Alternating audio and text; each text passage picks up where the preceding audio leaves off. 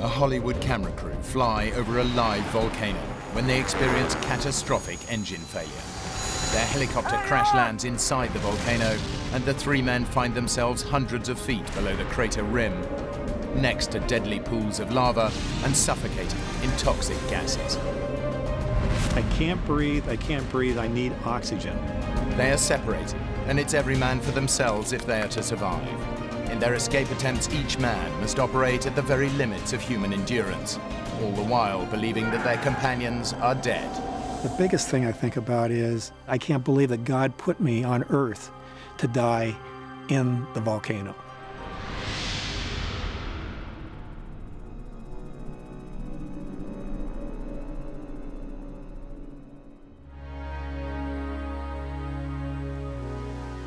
The big island of Hawaii is home to some of the most stunning scenery on Earth. The island, with its exquisite beaches, dramatic waterfalls, and dense tropical jungles, has been formed over millions of years by volcanic activity. And Kilauea remains one of the world's most active volcanoes.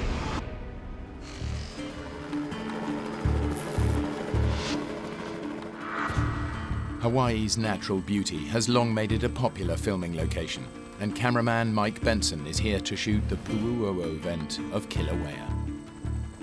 I love doing aerial photography.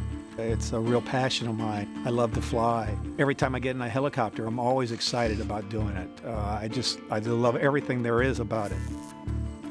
Mike's persuaded his assistant, Chris Duddy, to come along for the ride. I was Mike's camera assistant. So my job was to, mount the camera, prepare the camera for filming. Chris and I had worked on 3 or 4 pictures. He had never really flown much in a helicopter, and it was kind of my doing to have him fly with us. In his quest to get the perfect shot, Mike's hired Craig Hosking, one of the most experienced pilots in Hollywood. I fly airplanes and helicopters, doing camera work and stunt work in the film business. Michael's helping me line up the shot. I'm helping him with what I see. It's a real synergy that works between me and the cameraman. We had worked 4 or 5 pictures together, so we were kind of like a little family. I mean, we knew each other. There was one moment we're flying along the coast. The waves are crashing on the black lava flow that goes down to the ocean. And there's one point where a lava tube opens up, and there was actually lava shooting into the ocean, and there was this great white plume coming up. And I was just like, this is unbelievable. And I'm getting paid. The crew were shooting the end sequence for the big-budget Hollywood thriller Sliver, in which a helicopter seems to descend directly into the Pu'uo'o vent. Legend has it that the vent is home to the most powerful of all the Hawaiian gods, Madame Pele. And local superstition dictates that you pay homage to her by dropping a bottle of gin into the volcano, ensuring that no harm will come to you. Well, Chris had the bottle. I yelled to him, I said, when we get over the volcano, I'll tell you when to throw it in. Chris, you set? Yeah. Now. And he did kind of a wussy throw. The air coming up out of the cone is pretty turbulent, and it caught the bottle and it kind of blew it back out, so it didn't actually make it in the cone. You totally missed! How could you do that? The crater is about 2.5 miles across. I mean, it's like hitting the Pacific Ocean. I mean, it's huge. He thinks it's funny. I don't really find it that funny, but... So my comment was, well, that's okay, she'll get the idea. Even though the offering hasn't been received, Mike, Chris, and Craig go for a take. Okay, Craig, let's line up for the crater. Craig lowers the helicopter as they skim towards the edge of the crater. And rolling. Even a couple 100 feet up in the helicopter, one could feel the heat coming up off of it. It's incredible. As we arrived near the edge of the crater, we would tilt the camera down and zoom to create the look down, the drop down into the crater.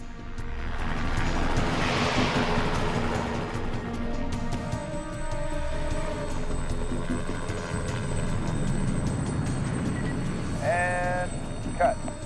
Okay, Craig, take us down and we'll review that. Let's have a look. Okay.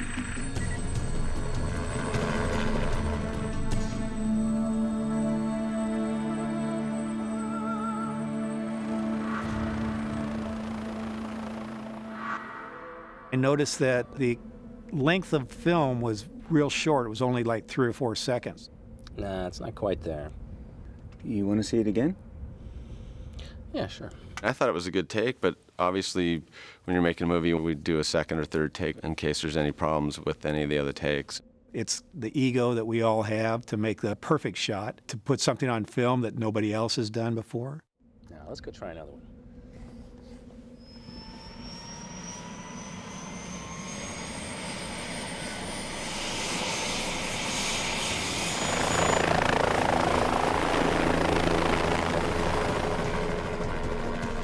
You feel when you're filming that nothing's going to happen, that you're encased in this piece of metal of a helicopter, and that it's kind of a safe zone.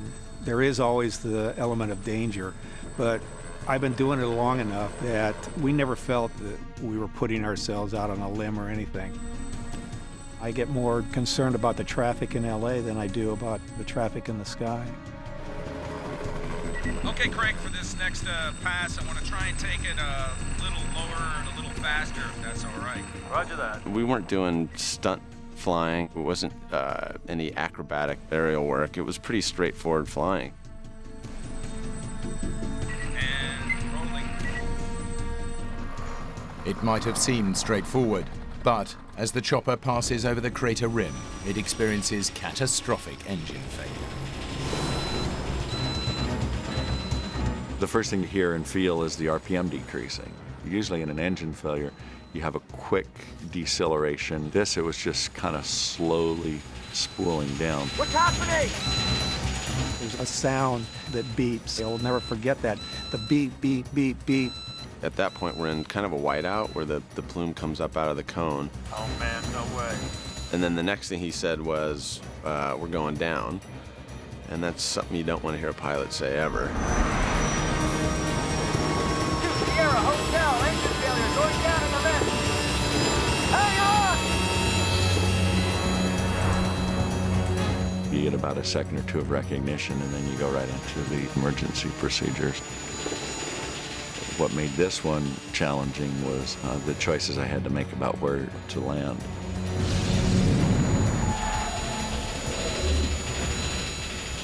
I really didn't understand totally the emergency procedures that he was conducting.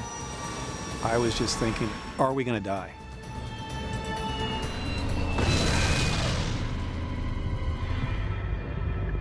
By a miracle, Mike, Chris, and Craig survived the crash, but their troubles are just beginning. They're surrounded by deadly pools of lava and choking in toxic gases. I wasn't even really sure where we were. I didn't realize we were inside the cone, inside the crater.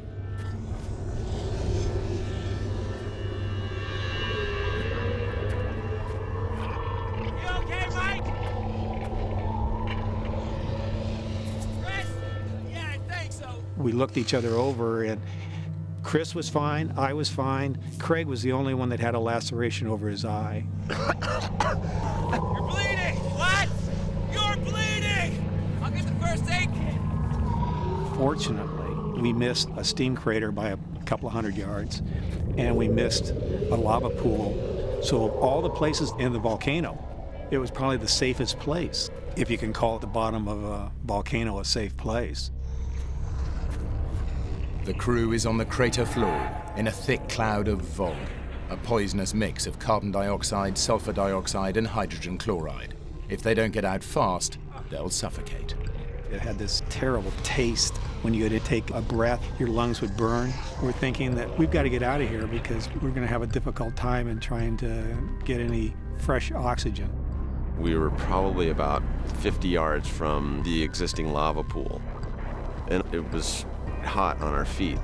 You'd hear it bubbling and gurgling and spitting.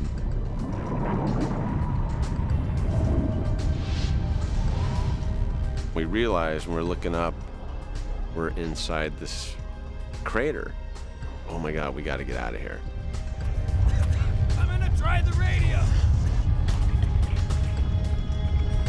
Mayday, mayday, mayday. Mayday, mayday, mayday. Can't get a mayday out. There's no power. The helicopter's electrical system has been destroyed in the crash. With no radio to call for help, climbing out is their only chance of survival.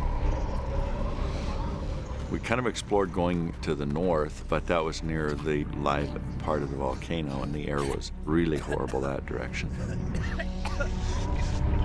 Hey! This isn't working. Let's try climbing up. All three of us were in excellent physical condition. We thought that we could scale out the 300 feet and make it to the top to get back to safety.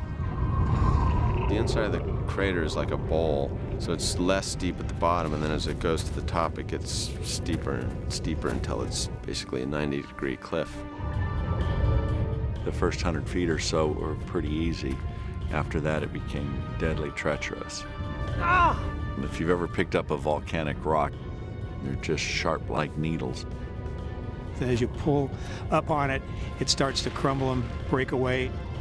As we're doing this, you're hot and you're sweaty from expelling all this energy.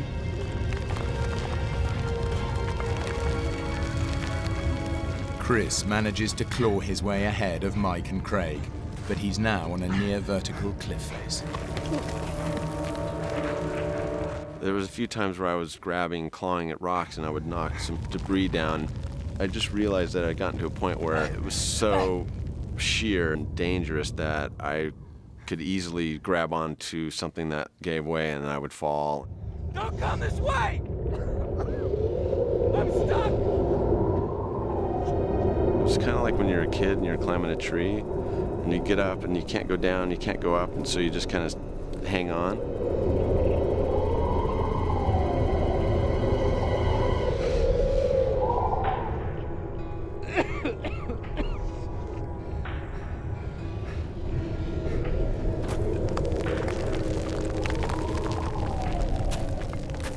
Mike and Craig are 50 feet below Chris. They lose him in the smoke. Chris! Where are you? Craig and I are standing on this little ledge. It's probably about 3 feet long and maybe 18 inches wide. The air was better, and that's where we could really sit down and digest what had just happened and come up with a plan. Climbing out isn't working. Craig realizes that the only chance of survival lies in getting power back into the radio. He must return to the crash site. I knew how the helicopter electrical system worked. There was no need for all three of us to go back down into the potentially deadly gases. I have to try to go back and try the radio. Okay.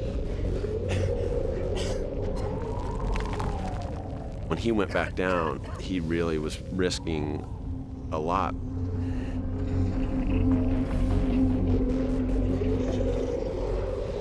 It's a long shot that Craig can get power back into the radio, but in desperation he starts to climb down into the dense, poisonous smoke. He disappears completely from Mike and Chris's view. And as Craig inspects the damage, he's overcome by poisonous fumes. He's got to get out. The bottom of the crater, the peril was horrific because of the air. I found this little cinder hill about 100 feet above the helicopter, and I could go there, and the air was almost breathable. It was still horrible, but the wind would blow just right, and I'd get a breath of air. There were several times where I would fall, and when you're suffering from lack of oxygen, you don't really know it or feel it, but all of a sudden you're stumbling, and obviously you're not thinking clearly. Eventually what I found was a camera battery. The camera that we were using uses a 24-volt battery, which is the same voltage that the helicopter electrical system uses. I had just a pocket knife, but I was able to cut the end off of the battery cable, spread the wires, and strip them down, and using the camera battery, I set that inside of the helicopter and then used the normal plugs to wire into the overhead panel to get the electrical system to work the radio. Mayday, mayday, mayday! This is 2 Sierra Hotel! Can anybody hear me? Craig's repeated mayday calls are interrupted by scrambles for fresh air. I'd have 3 or 4 breaths at a time where I get no oxygen at all, and it was just gasping.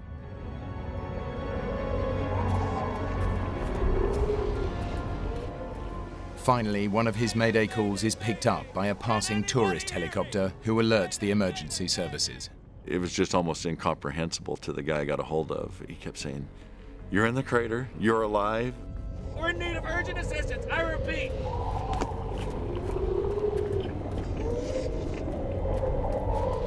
Mike! Chris!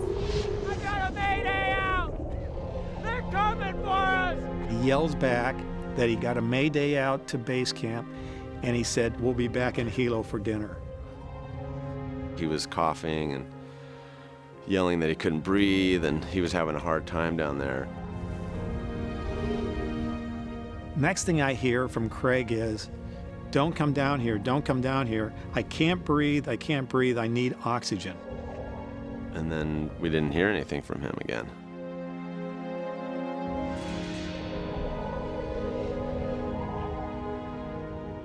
I thought that he died.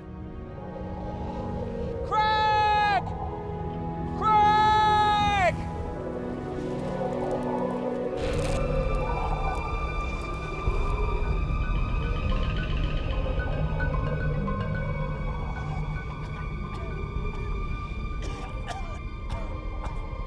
Craig has managed to get back on the radio and establish contact with the pilot of the rescue helicopter. They're on the rock face! On the southeast corner! No, I can't see you! Poor visibility makes it impossible to conduct an air rescue attempt, but the pilot helps coordinate a ground rescue team. The ground rescue team struggle through dangerous terrain, eventually making it to the crater rim, far from Mike and Chris. They can just make out Craig and the crashed helicopter through the VOG.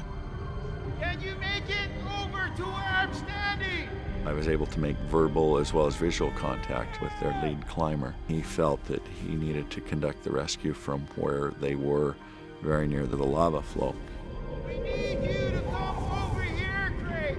We can't go around there. I can't! The air's too bad! And I told him, if I come down to where you are, that it's a one-way trip for me. And it was basically 1, 2, 3, here I come. And then I took off towards him.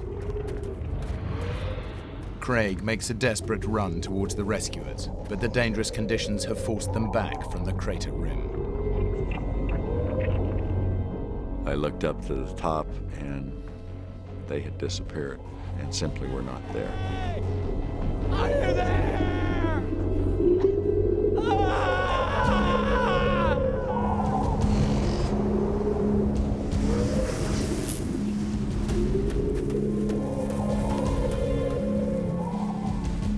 I think by a miracle, I was given the strength to get back to where I could breathe once again. Craig manages to get on the radio to speak to the rescue pilot, Don Shearer. Don, can you read me? At that point, I sounded quite weak. He could tell I was dying. He said, "Craig, if I get to you, do you have the strength to get on this helicopter?" Yeah, I get it. And Don said, "Okay, I'm coming." Now, that was the thing where Don, this always happens to me when I talk about Don.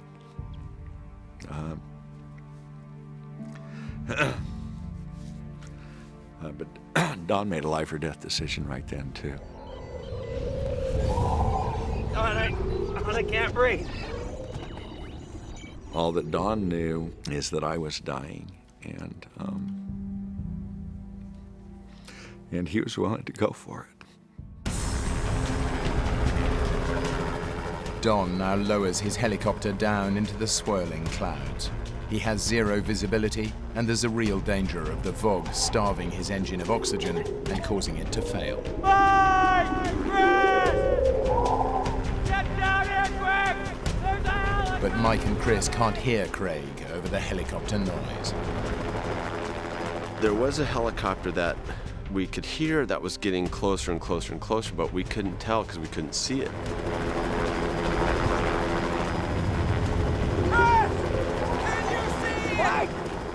The helicopter's drowning out Mike and I yelling.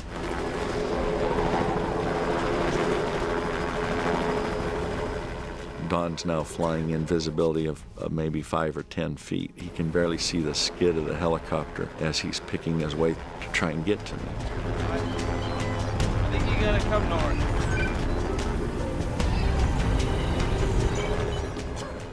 I then waited, probably at that point, in and out of consciousness.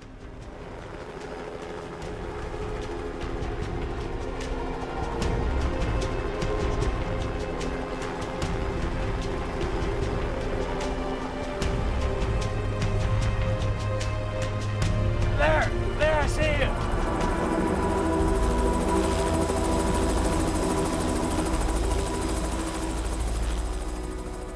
I was able to get on the skid, and I believe with probably the last ounce of energy I had in this earth, I was able to pull up and get into the backseat of the helicopter.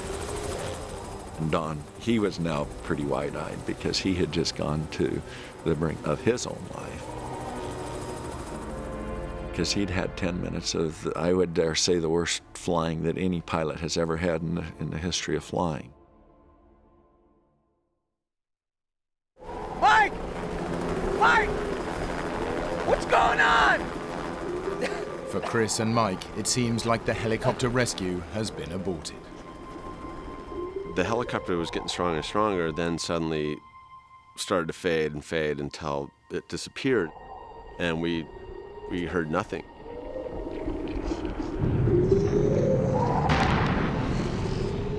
The temperature inside the volcano begins to plummet. Mike and Chris are now in grave danger of succumbing to hypothermia. It's starting to get a little cooler. It's cold. Our throats were constricted, and it was hard to talk. I thought we were going to suffocate if we had to stay in there overnight. As well as having difficulty breathing, Mike and Chris are also suffering from dehydration.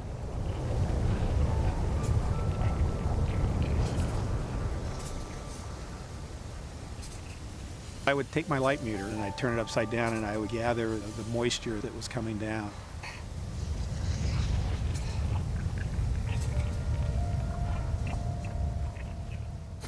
It tasted like sulfur, and it was just a vile, disgusting taste.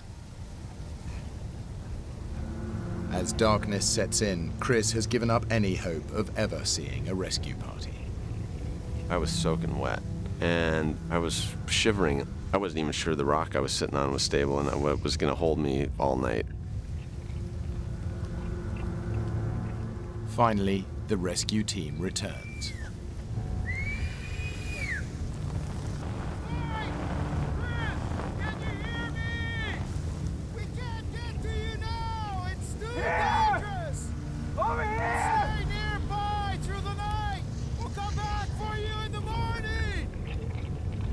It's a crushing blow. Mike and Chris will have to spend a perilous night in the volcano. The feeling as the sun was going down was that was probably the last sunset I was ever going to see.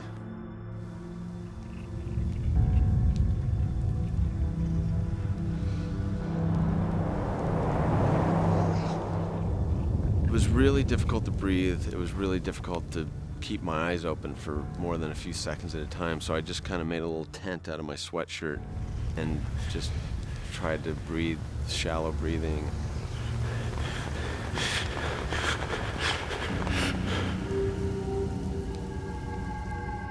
I'm just thinking to myself, what am I doing here?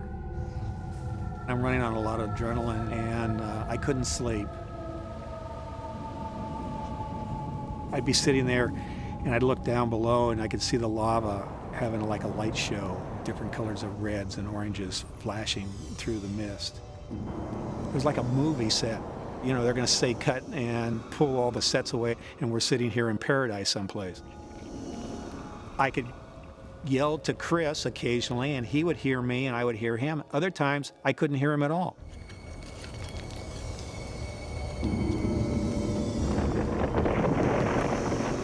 You could hear landslides all around us. Any moment, we felt like we could just be in the avalanche or just slide off the side of the cliff. I would have put our odds at about maybe 20–30% survival at that point.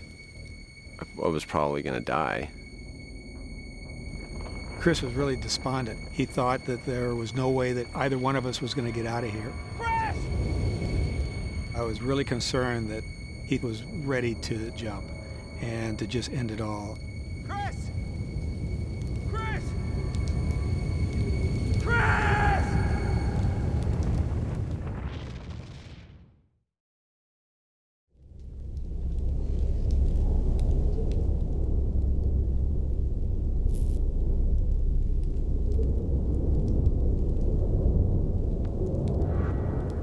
Mike and Chris have survived a terrifying night inside the Puuo vent, clinging to the unstable crater wall.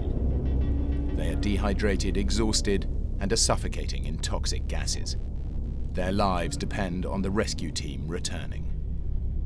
Mike was the voice of encouragement. He kept saying, "Don't worry, everything's going to be fine. They're going to come get us." So I kind of relied on him for that kind of support. Bottom line is that I possibly caused his death because I was the one that told him, "Come on, jump in the back of the helicopter and go for a ride with us." We're sitting there and just waiting and waiting and waiting.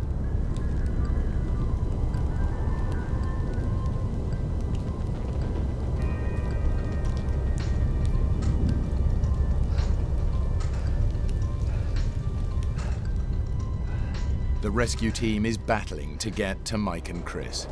But outside the microclimate of the cone, the weather is much more severe.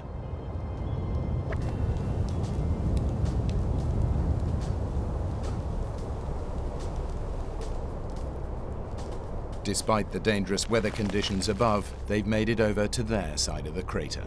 More to the left! The first one I saw was like about 15 feet away, and I couldn't believe that it was a rope. And then I thought, well, should I try for it, try to dive for it, try to go for it? No, it'll probably get closer. More to the left! The edge of the volcano is extremely unstable, so the rescuers are forced to stay back. They can't see Mike or Chris, and they can barely hear them.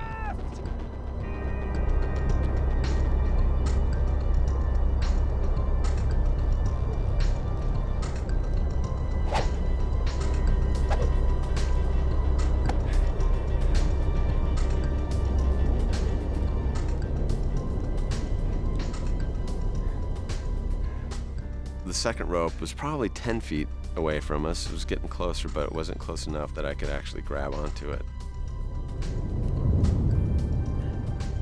If I would have jumped for the rope and missed, then it would have been all over for me. And I really thought that they were getting closer each time. Here! To the left! So I thought, maybe the third time it would be right there that we could grab onto the rope.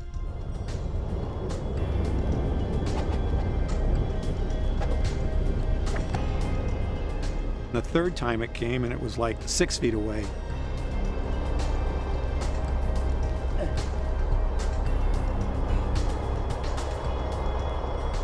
And I decided, okay, maybe I should dive for it.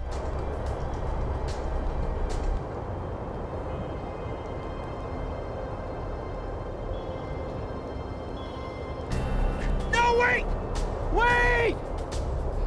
Wait! The worsening weather above has forced the team to retreat. The attempted ground rescue is over.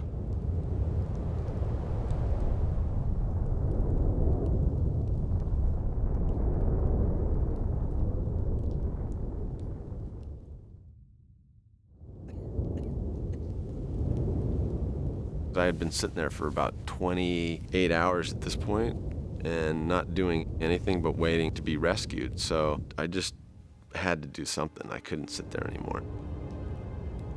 Chris said to me, I have to leave. I have to try to scale out. And I said, come on, Chris, just stay put. We know that there's rescue people that know where we're at. It's just a matter of time. I was resigned to the idea that I was going to die anyway. So if I died climbing, at least I was doing something. Before I stood up and decided I was going to go, I actually went through and said goodbye to everybody in my family. My sons were like 6 years old and 4. That was really hard for me to sit there and dwell on how would they be without their dad for their whole lives.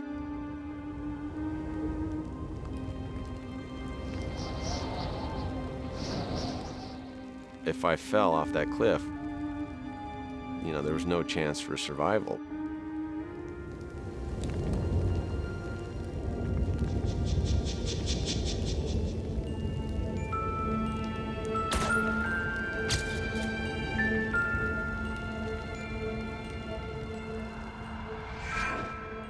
I looked at the cliff again, and all of a sudden I see this path. It was the weirdest thing. I'm like, where has that been for the last 2 days?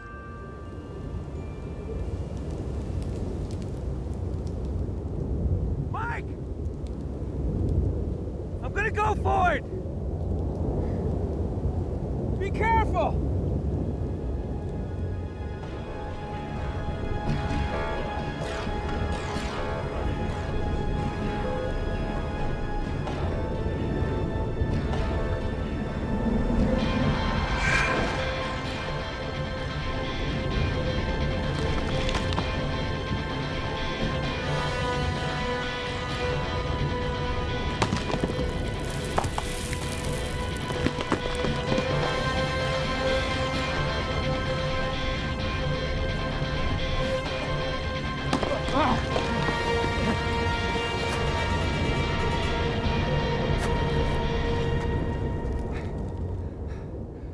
It was maybe 15, 20 minutes into his climb, and I said, how far are you? And he says, I'm about 5 feet from the top. And I yelled to him, I said, well, when you get to the top, yell back to me. And he said, yeah, I will.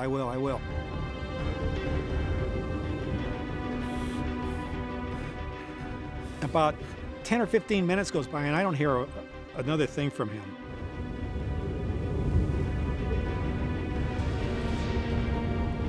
The top, like 3 feet of the cone, was just a layer of flat gravel.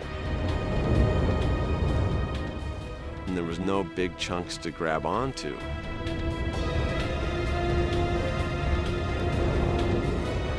At this point, I can't see anything. It's zero visibility. I'm yelling at the top of my lungs, whatever lungs I have left. I can't hear anything. No response. Now I'm up on this cliff, you know, just towing rocks and looking straight down. And I thought, oh my God, I made just a horrible mistake.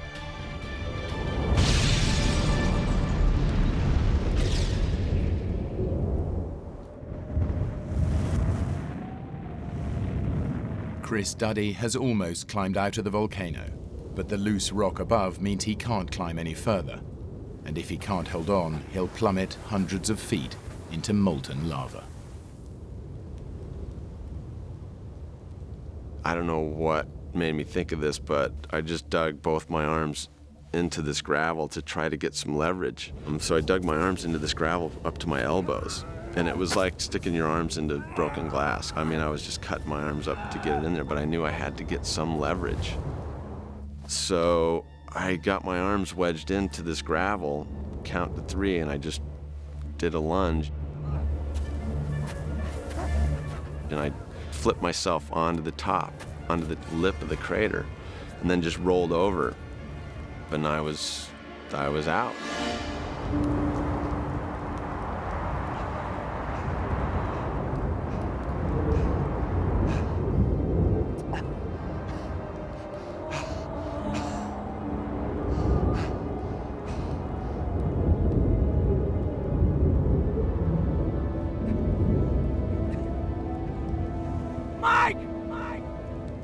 Mike, I made it! I'm out! I realized when I got up there that how bad the weather was, and you couldn't really hear anything. Mike! It seemed like my voice just took a turn. As soon as I yelled down, it didn't go down in there. Mike! Mike! I started down the side of the mountain, and I saw the rope there. I saw a rope. I remember I picked up the rope, and I'm gonna go get Mike. I'm gonna go throw the rope down because I know where he is.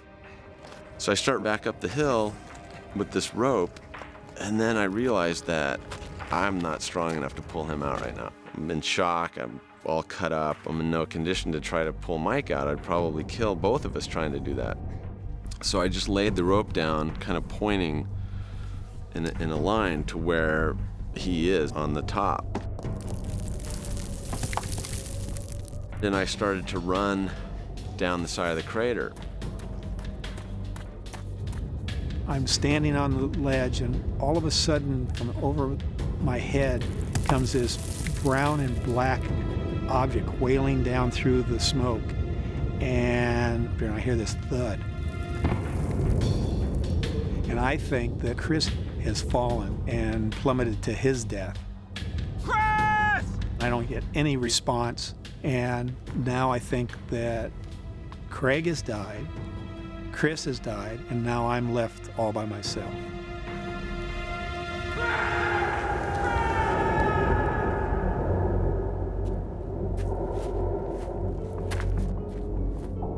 You know, the smoke was swirling around, and I was hyperventilating, and my adrenaline's flowing, and I wasn't sure where I was going, and I almost fell back into the crater. I was so disoriented because of the smoke swirling around.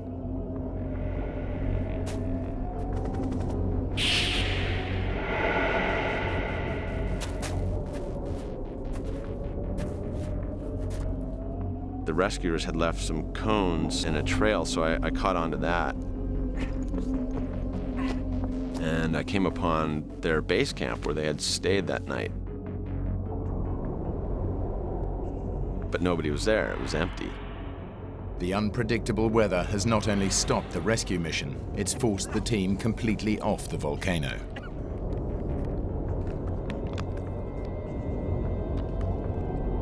I tried to drink water, it wouldn't even go down my throat because my throat was so swollen. It was almost swollen shut.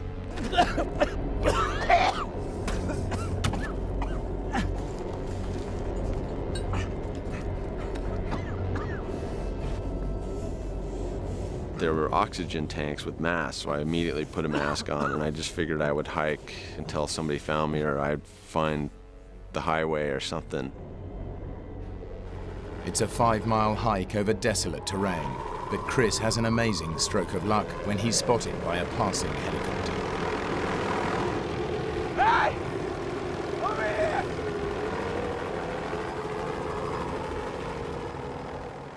As soon as they grabbed my arms, my whole body went completely limp. Like I almost fell over. They had to actually carry me from that point to the helicopter. My body just shut down.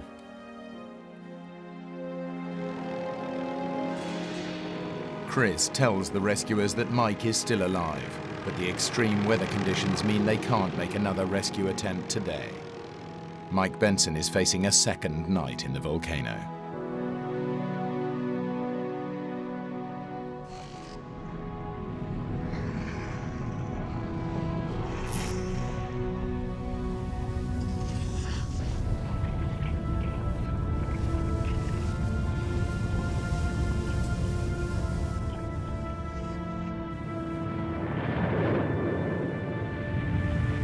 I was by myself, thinking that I'm the last survivor of this horrendous ordeal in this volcano. And I kind of just gave up hope for a while. I just thought that the only peace that I would get would be if I just passed away quietly.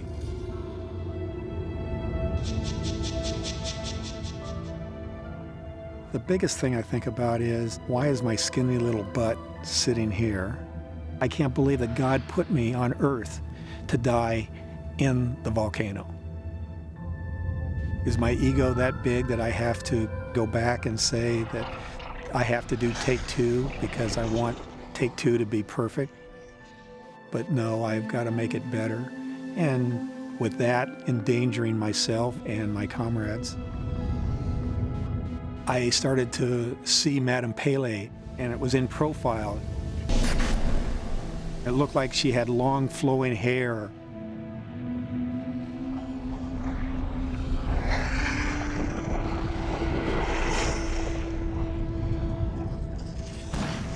Probably around 3 o'clock in the morning, I felt like that there was nobody supporting me, nobody around.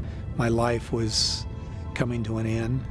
So I took a rock and etched on the side of another rock, this big, huge rock. In fact, I love you, Stephanie. I just felt that the end was coming quickly and that there wasn't any other reason to live.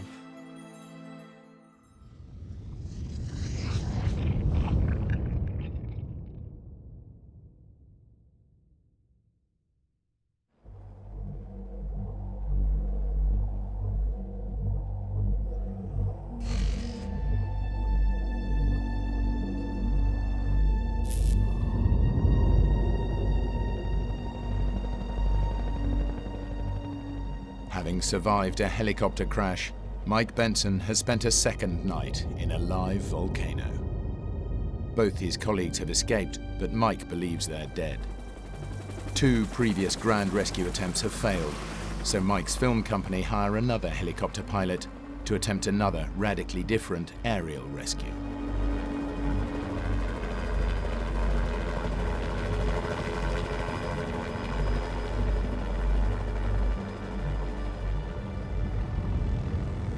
All of a sudden I hear this helicopter flying overhead, and I start to see the tail rotor.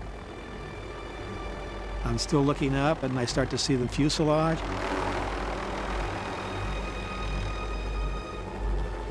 And then a head pops out of the left-hand side, and it's the pilot, and he has this old beat-up Vietnam helmet on, and he's waving to me, and I'm waving frantically back to him. Benson, don't do anything stupid. Don't do anything dumb. I'll be back in about 15 or 20 minutes. I'm going to go get a piece of equipment and come back, and we're going to get you out of here.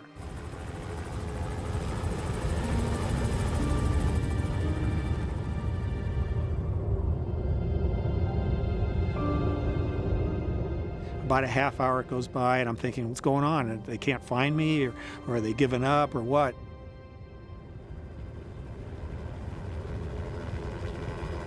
All of a sudden, I hear the helicopter, but this time I can't see anything. The visibility has gone to 0.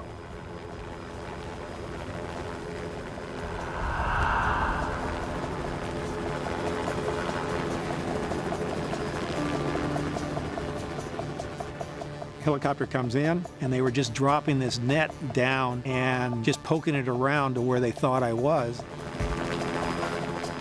The second time I saw it was like 10 or 12 feet, and with that it got lodged on this big huge rock, and it got caught up in the net, and they thought it was my weight that was in the basket, so they powered up. I'm thinking to myself, oh, they're never going to come back.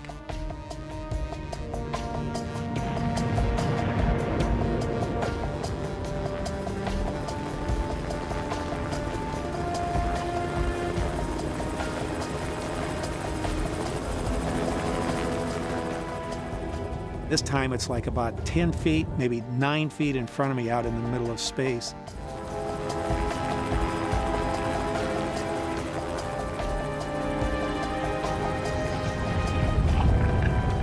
And with that, I just jumped into the net. They felt my weight on it, and they gave full power and took me up.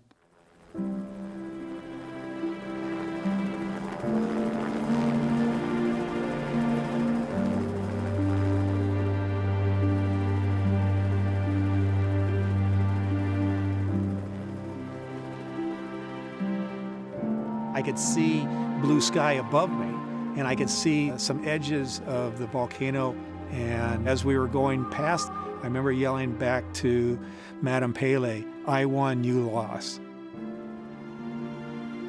Believing that he is the sole survivor of the crash in the volcano, Mike Benson is flown to the base camp to be reunited with his wife, Stephanie.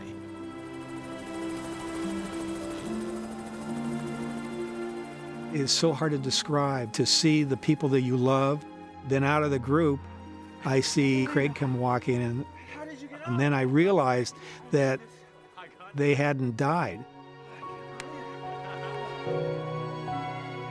I came over to greet him. He was pretty dumbfounded and amazed and happy that I was okay. I just couldn't believe that he survived another night in that pit. I was so glad to be alive that I could literally have run a 5K. I had this much adrenaline being pumped into me. After test screenings of Sliver, Paramount Pictures decide to change the ending of the film. Everybody asks when they see the movie, well, there's nothing about the volcano in it. I said, I know, we changed it all. Everything I shot was for naught. Craig Hosking continues to fly helicopters and planes on major feature films and is one of the most in-demand pilots in Hollywood.